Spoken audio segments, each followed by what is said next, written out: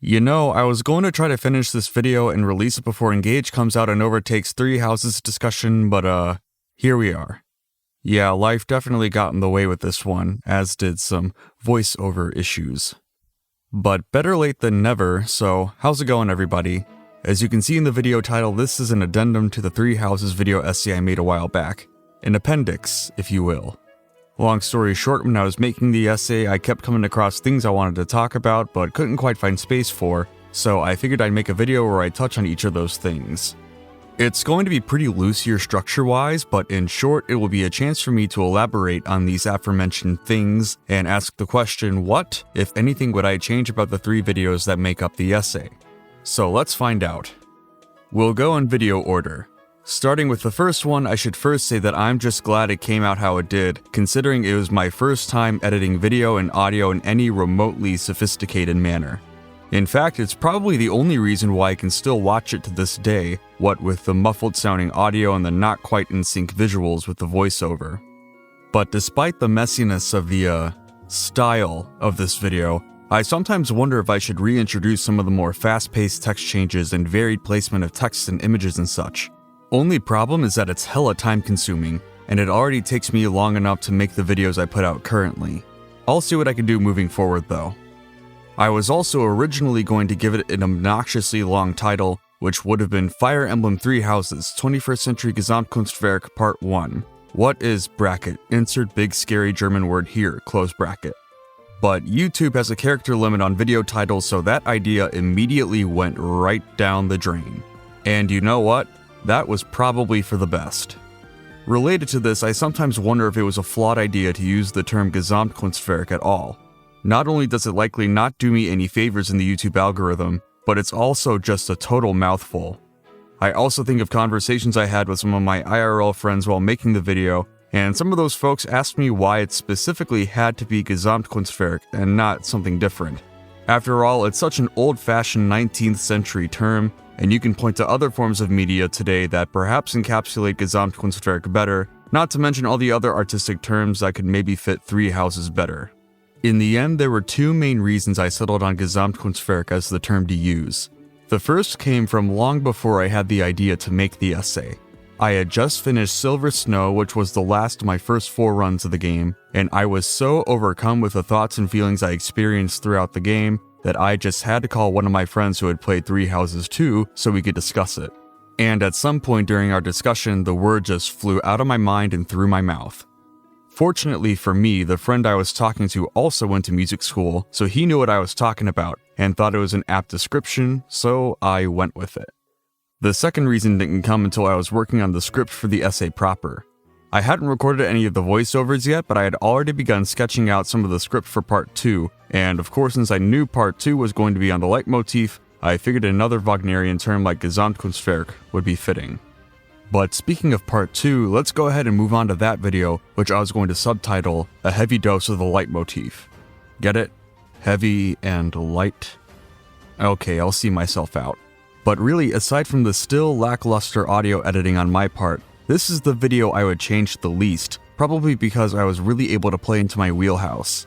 Gotta put that music theory composition degree to use somehow. But I'd be remiss if I didn't add a clip here that I thought about adding that didn't quite make its way into the video, so I'll put that here for your viewing pleasure.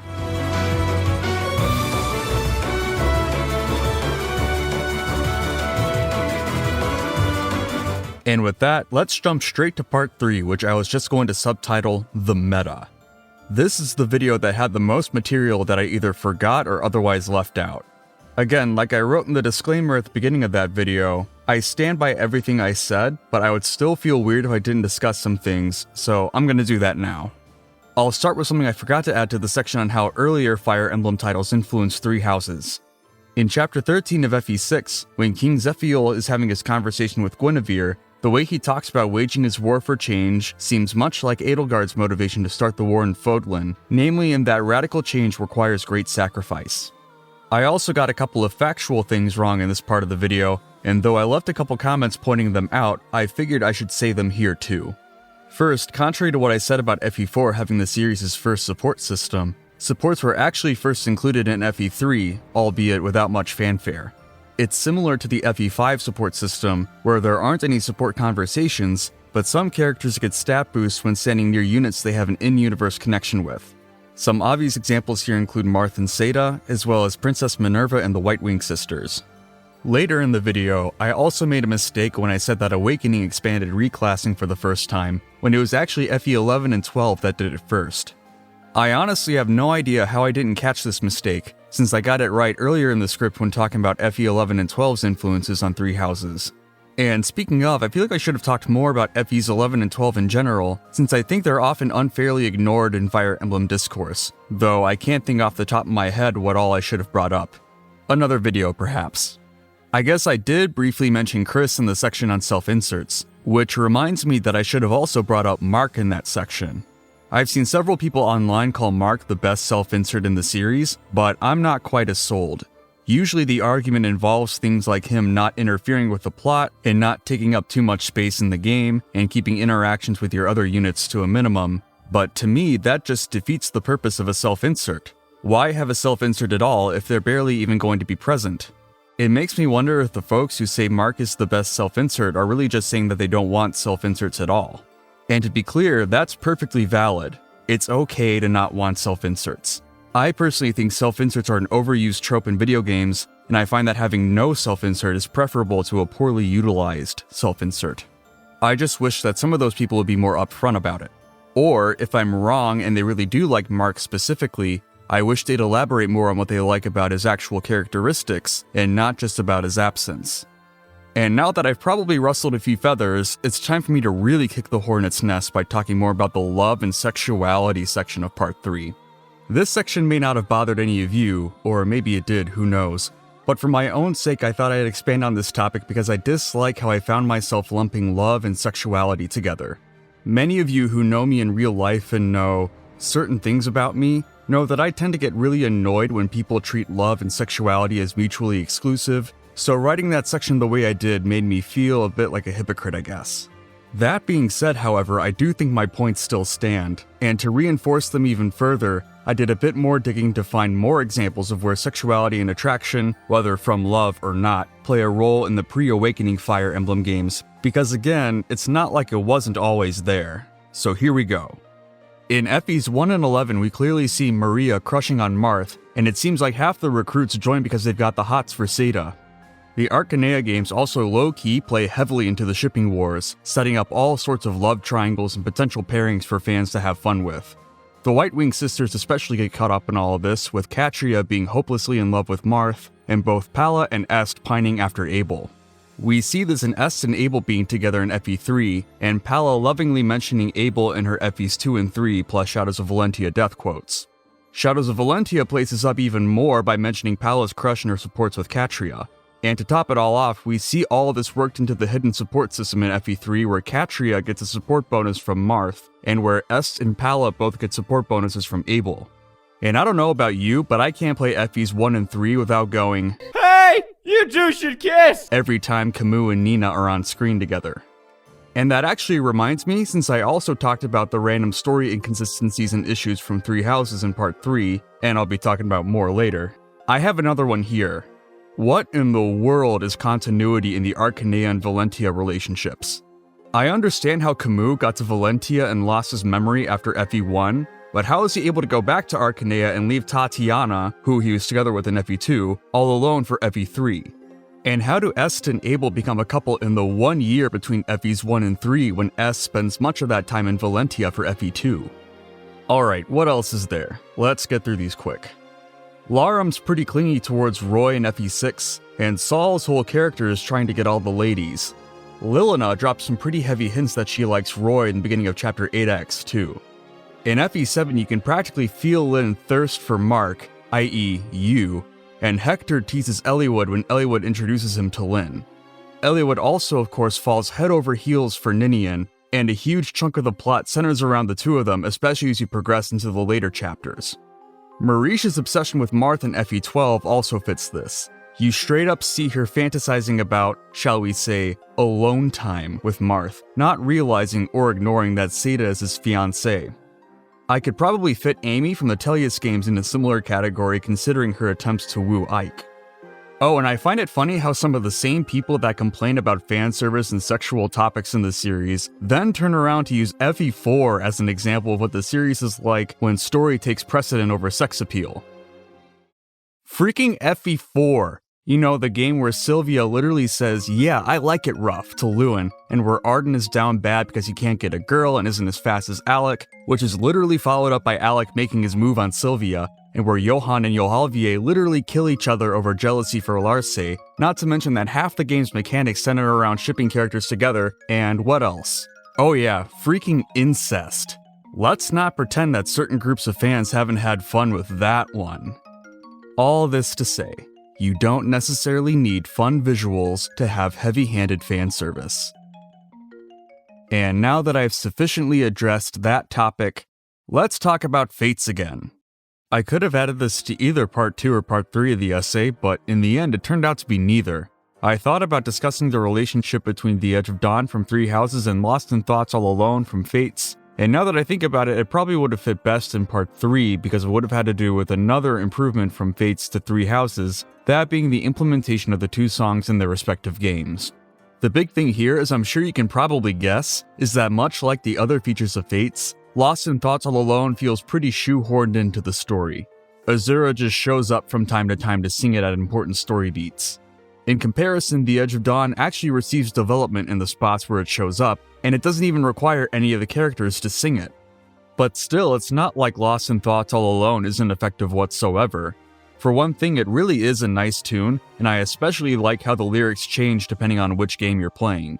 And of course, you all know I've gone on record saying that End of All is one of my favorite tracks in the whole series, and I think that that track was an excellent use of the Lost in Thoughts All Alone motif. I just wish they'd done more with the melody throughout the game to pair with the game's themes and plot. Another section I considered adding to part 3 would have been me pointing out random details from Three Houses that I thought were a nice touch. I don't have any real points to make about them, I just thought I'd list some of them here so we can appreciate them. I like the parallel between the opening cutscene in the beginning of Silver Snow, where Nemesis uses the Sword of the Creator to fight Seiros, who wields the Sword of Seiros, and Byleth uses the Sword of the Creator to fight Edelgard, who wields the Sword of Seiros. It's a nice callback and a nice role reversal too, akin to what I discussed about Byleth and Rhea in part 2. I also really enjoy the tiny little running Byleth on the loading screen. I don't know if this works on a dock Switch because I play on a Switch Lite, but you can press the B button to make Byleth jump and tilt the Switch Lite to make Byleth change direction while running. I just think it's fun. I mentioned this next one in part 2, but I thought I'd reiterate my appreciation for the subversion of the Rain and Thunder versions of A Funeral of Flowers. And there were others, but I don't remember at the moment. Oops. On an unrelated note, I also considered putting in a section somewhere comparing Edelgard to Martin Luther.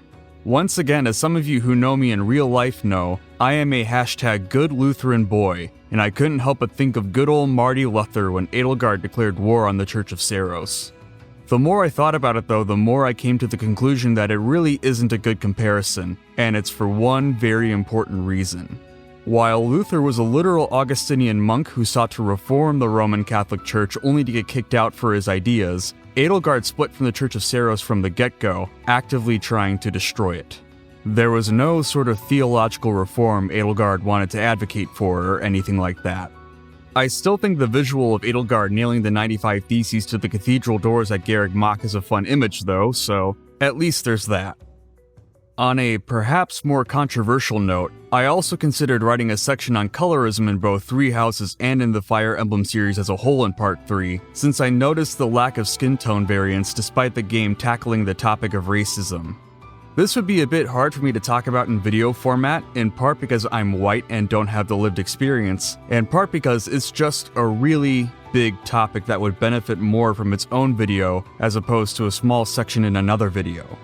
I asked the Fire Emblem subreddit about the topic, and long story short, it became very clear that it's not a discussion that I'm adequately equipped to lead at this point in time, so I held off on it. In case any of you are wondering, the main point I would have made is that I hope IS and other developers don't shy away from a greater variety of skin tones in future Fire Emblem titles. Moving on, I touched briefly on weird story inconsistencies and other unanswered questions I had about Three Houses in Part 3, but I probably should have added in more. I'll list a few here. First, why is it that no one over the course of centuries can tell that Rhea doesn't seem to age? And how do they not piece together that she is Saros? I can understand people not piecing together who Sedith and Flayn are, since Geralt mentions that they weren't present during his time as Captain of the Knights, but still. I was also confused as to whether or not there was an in-universe explanation for why the Empire didn't just kill Rhea after White Clouds. I feel like I read one somewhere, but I wish they could have spelled it out a bit more in-game. And in all the post-time skip routes, people mention rats within the walls, but who are they? Why do we not get to see who the opposing spies are, or any consequences for spies that are caught? Was that the point of adding the random Aelel, the Valley of Torment clip into the scene where the church forces decide to go to Aelel? Is he the one that tips off Gwendol that that's where your army is going to be? And speaking of, that's a big pet peeve of mine when it comes to storytelling. Randomly inserted vague details that hint at something being important but end up not being of much substance. Some examples here include the scene after the prologue where Rhea asks, "I wonder, did the flow of time bring you here?" upon seeing Byleth enter the monastery for the first time, as well as Sedith mentioning "our suspicious individual" to Rhea in the following scene. I mean, come on, there's no shortage of sus individuals in this game. You're gonna have to be a lot more specific. And there were some other similar moments as well, but I can't remember them off the top of my head, so I'll go ahead and move on. Or rather, I would if I didn't come across some serious issues while making this section of the addendum. You see, this is the part where I was going to talk about all the audio problems I had when making the essay, especially part 3, since I thought I had solved them and settled on a working routine for audio editing, but after the absolute mess I dealt with while making this video, I don't think I can adequately address that topic at the moment. So I'll just move on to the conclusion, since I think I've covered just about everything else I wanted to discuss in this video. But one more thing before I go. Will I actually do the story rewrites like I mentioned at the end of part 3? Don't know yet. I do have some things written down, but I haven't looked at them in a while. Plus, there are plenty of other videos I'm hoping to make, some for Three Houses and plenty for other games in the series. Of course, I plan on making content for Engage, perhaps even a review, now that I've had some time to live with it. So, thanks for taking the time to watch this video. Was it pretty self-indulgent? Probably. But at least it makes me feel better knowing that I have finally exhausted everything I wanted to discuss on Three Houses as far as lengthy scripted videos go. Hopefully, I can lay it to rest now. So with that, stay tuned, and I'll see you soon. Hopefully.